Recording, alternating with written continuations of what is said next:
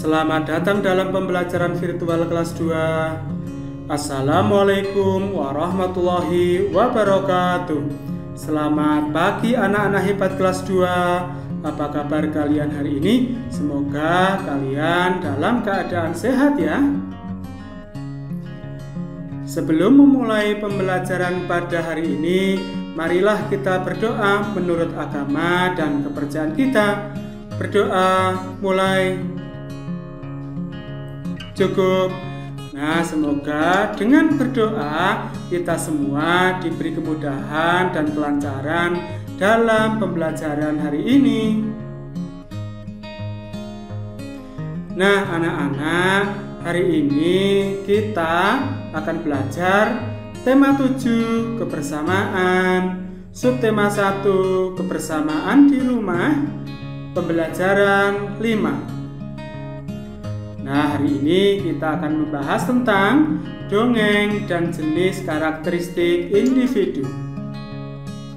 Tujuan anak-anak belajar pada hari ini, dengan membaca dongeng, anak-anak dapat memahami isi dongeng dengan benar. Dengan bertanya jawab, anak-anak dapat mengetahui keberagaman karakteristik individu dengan benar. Nah, anak-anak masih ingatkah apa itu fabel? Nah, fabel adalah cerita yang menggambarkan watak dan budi manusia yang pelakunya diperankan oleh binatang. Nah, ayo kita simak dongeng berikut. Dongeng yang berjudul Bebek Selalu Hidup Rukun. Bebek tidak pernah terpisah satu sama lain. Mereka pergi bersama-sama sepanjang hari dengan mengikuti satu pemimpin. Mereka terkenal sebagai makhluk yang paling rukun. Meskipun bebek sangat berisik, tidak sekalipun mereka pernah bertengkar. Cerpelai, hewan pemangsa, melihat begitu kompaknya kaum bebek. Awalnya ia kagum, tetapi kemudian muncul niat jahat dalam hatinya. Aku akan mengadu domba mereka. Pasti ada bebek yang bisa dijadikan sebagai sumber masalah, gumam Cerpelai seraya menyeringai jahat. Mulai hari itu, Cerpelai gencar mendatangi bebek yang agak terpisah dengan kawanannya. Dia mulai menghasut bebek itu untuk membenci kawanannya. Lihat pemimpinmu itu. Dia hanya membodohi kalian agar mau mengikutinya.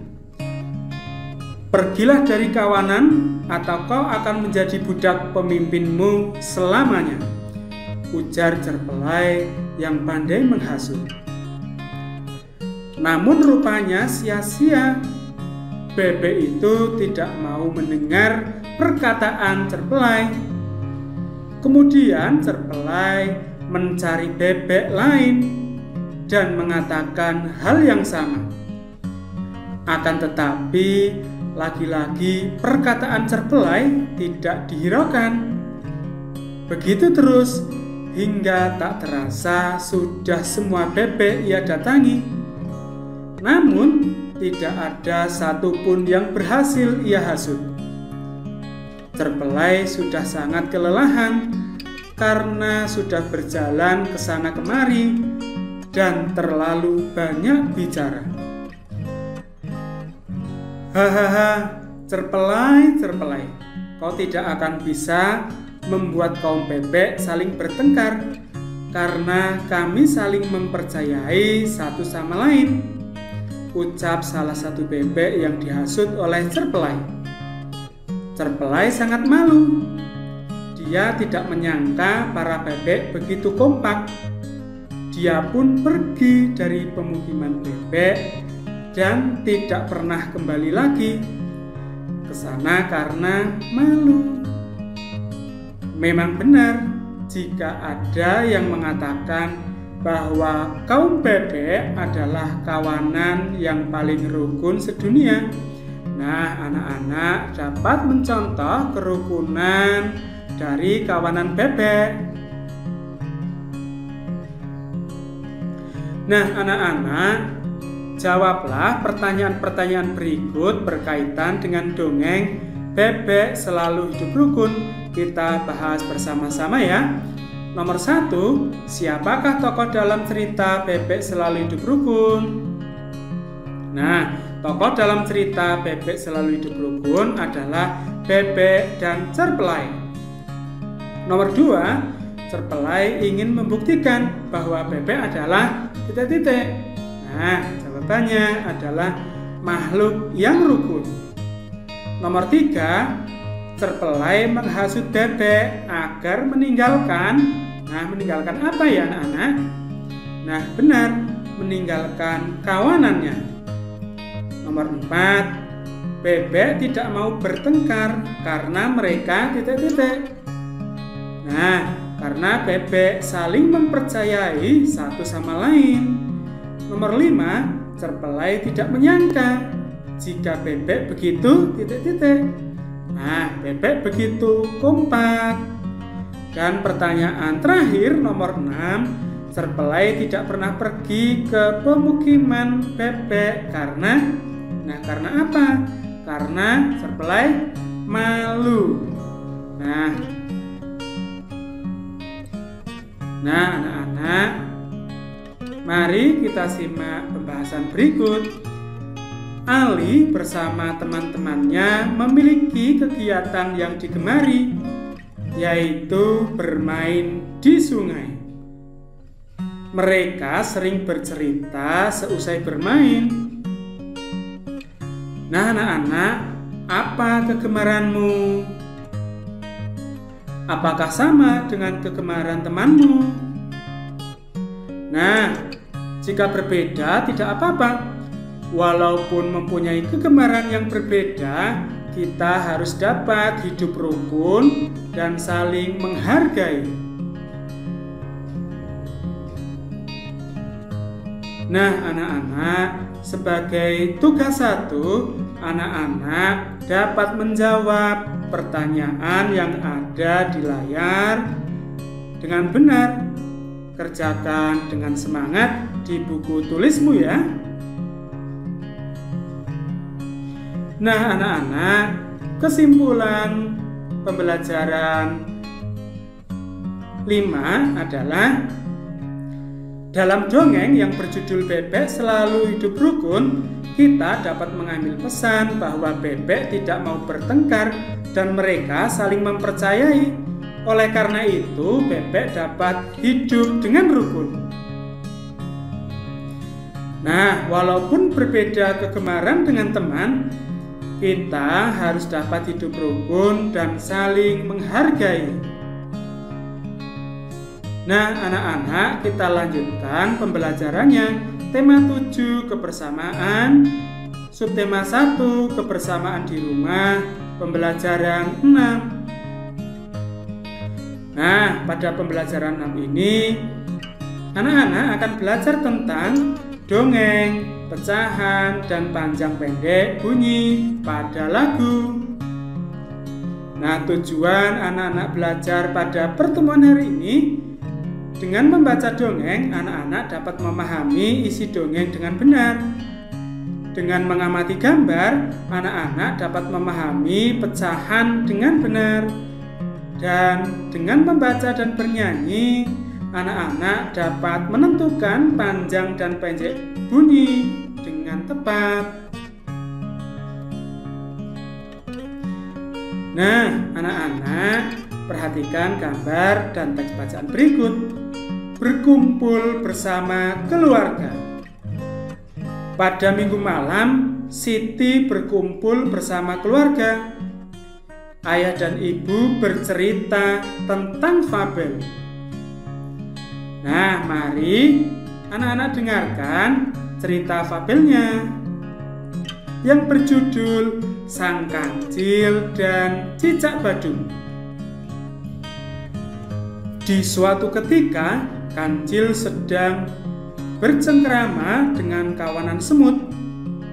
Dia meloncat-loncat di sepanjang pari kecil yang dialiri air yang jernih.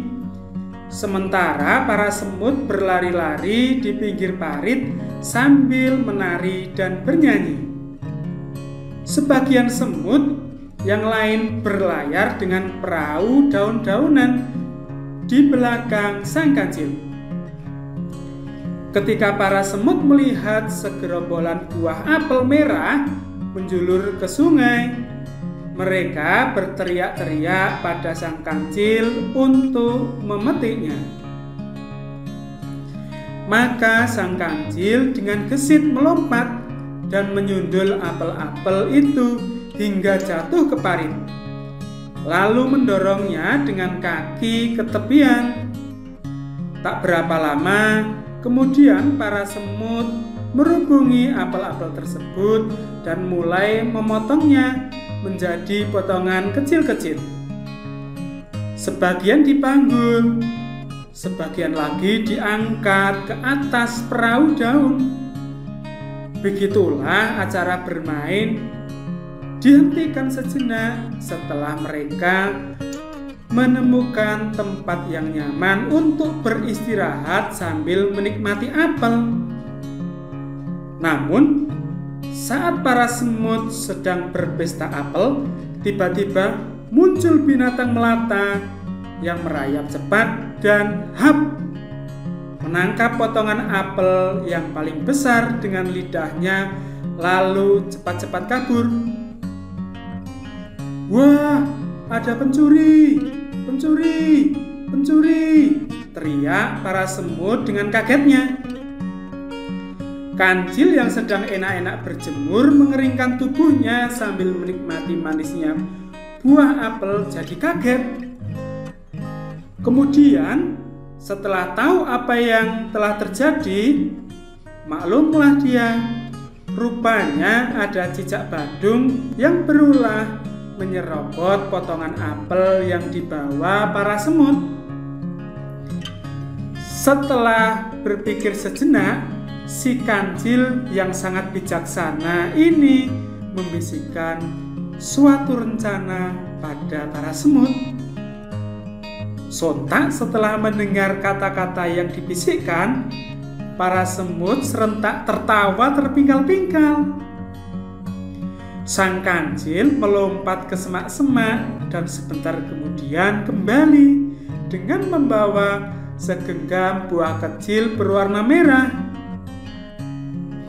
Para semut membawa potongan buah merah itu sambil sebentar-sebentar berhenti karena tak kuat menahan tawa. Rupanya para semut menganggap rencana mereka benar-benar sangat lucu. Pesta dimulai lagi. Para semut kembali makan apel yang telah dipotong kecil-kecil. Buah merah pemberian sang kancil sengaja diletakkan di pinggir dan tidak dijaga oleh para semut. Mereka tertawa tertiwi, bergandengan tangan, menari-nari sambil sebentar-sebentar melirik ke tumpukan buah merah. Ada juga yang menyanyi dengan syair lagu yang lucu-lucu. Nah, syairnya seperti pada layar, anak-anak bisa menyanyikannya. Nah, di saat para semut sedang berpesta, tiba-tiba cicak kembali datang dan langsung menangkap buah-buah merah yang diletakkan di pinggir lalu kabur. Anehnya, bukannya marah, tapi para semut malahan tertawa terpingkal-pingkal melihat cicak membawa lari buah-buah itu. Terdengar suara tawa para semut, riuh rendah menertawakan cicak yang lari sambil menggondol buah merah. Cicak yang tengah berlari itu jadi bertanya-tanya, mengapa para semut tertawa terbahak-bahak melihat dia mencuri buah merah. Kemudian dicicipinya buah merah itu. Rasanya manis dan enak. Tak terasa beberapa saat kemudian dia sudah tertidur kekenyangan dan lupa dengan pertanyaan yang timbul dalam benaknya. Saat terbangun, si cicak penasaran dengan tawa para semut. Maka dia kembali ke pinggir sungai dan mengintip, ingin tahu apa yang aneh dengan para semut. Dilihatnya, sang kancil sedang dikerumuni para semut sambil berbicara sesuatu. Jadi, buah merah tadi bukan cabai ya? Percuma dong kita gagal memberi pelajaran pada si pencuri, kata seekor semut paling besar mewakili teman-temannya. Rupanya para semut tertawa terpingkal-pingkal karena menyangka buah yang mereka letakkan di pinggir adalah cabai. Sehingga si pencuri akan kepedasan saat memakannya. Saat tahu buah merah itu bukan cabai, mereka jadi kecewa. Kalian terlalu tulus untuk bisa menjebak orang lain. Kalian tak bisa menahan tawa terpingkal-pingkal mendengar rencanaku. Pastilah si pencuri akan curiga dan meneliti buah yang dicurinya. Saat tahu itu cabai, dia tidak akan memakan dan akan kembali untuk mencuri buah lainnya. Jadi aku ganti saja dengan buah stroberi yang banyak di sekitar sini.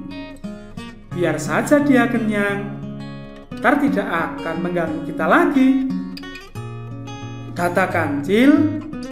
Para semut saling berpandang-pandangan dan mengakui bahwa mereka tidak bisa menahan diri untuk tidak tertawa. Pastilah si pencuri mendengar tawa itu dan jadi curiga. Para semut memang tidak bisa berpura-pura. Mereka selalu jujur dalam bertindak dan berkata-kata. Pencurinya adalah si cicak kecil yang bandel. Biarlah nanti akan datang ke rumahnya sambil membawa sekeranjang stroberi dan sedikit nasihat. Biar dia tidak mencuri lagi, kata si kancil. Cicak kecil meneteskan air mata mendengar semua kata-kata si kancil. Rupanya si kancil mengganti cabai dengan apel, bukan saja karena para semut tidak bisa menahan tawa, tapi juga karena dia sayang pada cicak kecil. Buktinya, sang kancil akan datang ke rumahnya sambil membawa sekeranjang stroberi. Diam-diam cicak kecil merasa dirinya telah melakukan perbuatan hina pada makhluk-makhluk yang baik hati.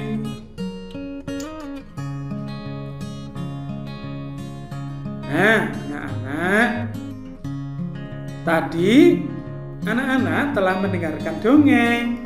Nah, pastinya ada pesan-pesan yang ingin disampaikan untuk anak-anak. Nah, anak-anak juga harus jujur. Nah, sekarang kita bahas bersama-sama. Berilah tanda centang untuk perilaku yang menggambarkan kerukunan, atau berilah tanda silang untuk perilaku yang tidak menggambarkan kerukunan. Nomor 1, ada 2 anak yang bertengkar. Nah, berarti centang atau silang ya? Jawabannya adalah silang, karena tidak menggambarkan kerukunan. Pertanyaan nomor 2, nah anak-anak bisa melihat gambarnya. Kira-kira kita tandai dengan centang atau silang? Nah, betul sekali anak-anak. Tandanya adalah centang karena menggambarkan kerukunan di dalam keluarga. Nomor 3. Nah, juga centang karena menggambarkan kerukunan ketika bermain. Nah, sedangkan yang nomor 4 kira-kira diberi tanda apa ya? Nah, benar sekali. Tanda silang karena tidak menggambarkan kerukunan, mereka saling bertengkar. Nah, anak-anak, di rumah Siti terdapat jam beker. Jam tersebut digunakan sebagai alat bantu untuk bangun pagi. Jam beker memiliki panjang bunyi. Nah, sekarang kita membandingkan bunyi panjang dan pendek. Bunyi panjang contohnya jam beker. Bunyi pendek contohnya bunyi kentongan. Nah, bunyi panjang yang lain misalnya dering telepon, sirine, bunyi pesawat, dan lain sebagainya. Sedangkan contoh lain dari bunyi pendek adalah tepukan, bunyi balon meletus, dan ketukan palu.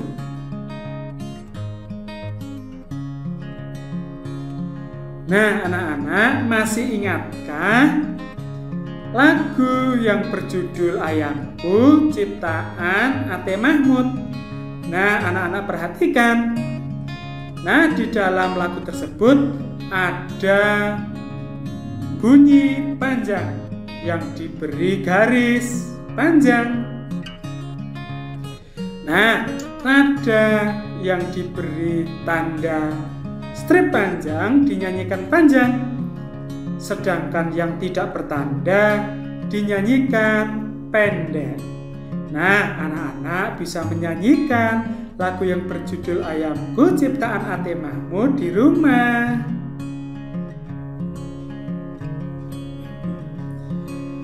Nah, anak-anak, coba anak-anak bantu Siti dalam membagi kumpulan buah apel.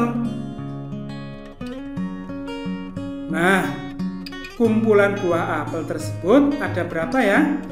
Nah, ada 12. Nah, pertanyaan nomor 1 kita bahas bersama-sama. Siti membagi kumpulan buah apel tersebut menjadi 2 bagian yang sama banyak dengan cara menggambar garis pemisah pada gambar apel di bawah ini. Nah, kita garis bersama-sama agar menjadi 2 bagian yang sama banyak. Nah, karena buah apel tadi ada 12 buah, maka dibagi 2. Yang sisi sebelah kiri jumlahnya 6 dan sisi sebelah kanan jumlahnya juga 6. Berarti masing-masing bagian menyatakan pecahan setengah atau 1/2. Nah, setengah dari kumpulan buah apel tersebut adalah titik-titik buah. Nah, setengahnya tadi berapa? Nah, benar sekali, yaitu 6 buah. Nah, anak-anak, jawablah pertanyaan berikut dengan tepat sebagai tugas 2. Nah, anak-anak dapat mencontoh tadi yang telah dicontohkan Pak Guru. Anak-anak dapat mengerjakan pertanyaan nomor 1 dan nomor 2 di buku tulis anak-anak. Kerjakan dengan semangat. Nah, anak-anak, kesimpulan pembelajaran 6 ini, kita dapat mengetahui isi dongeng jika kita membaca dan memahami isi ceritanya.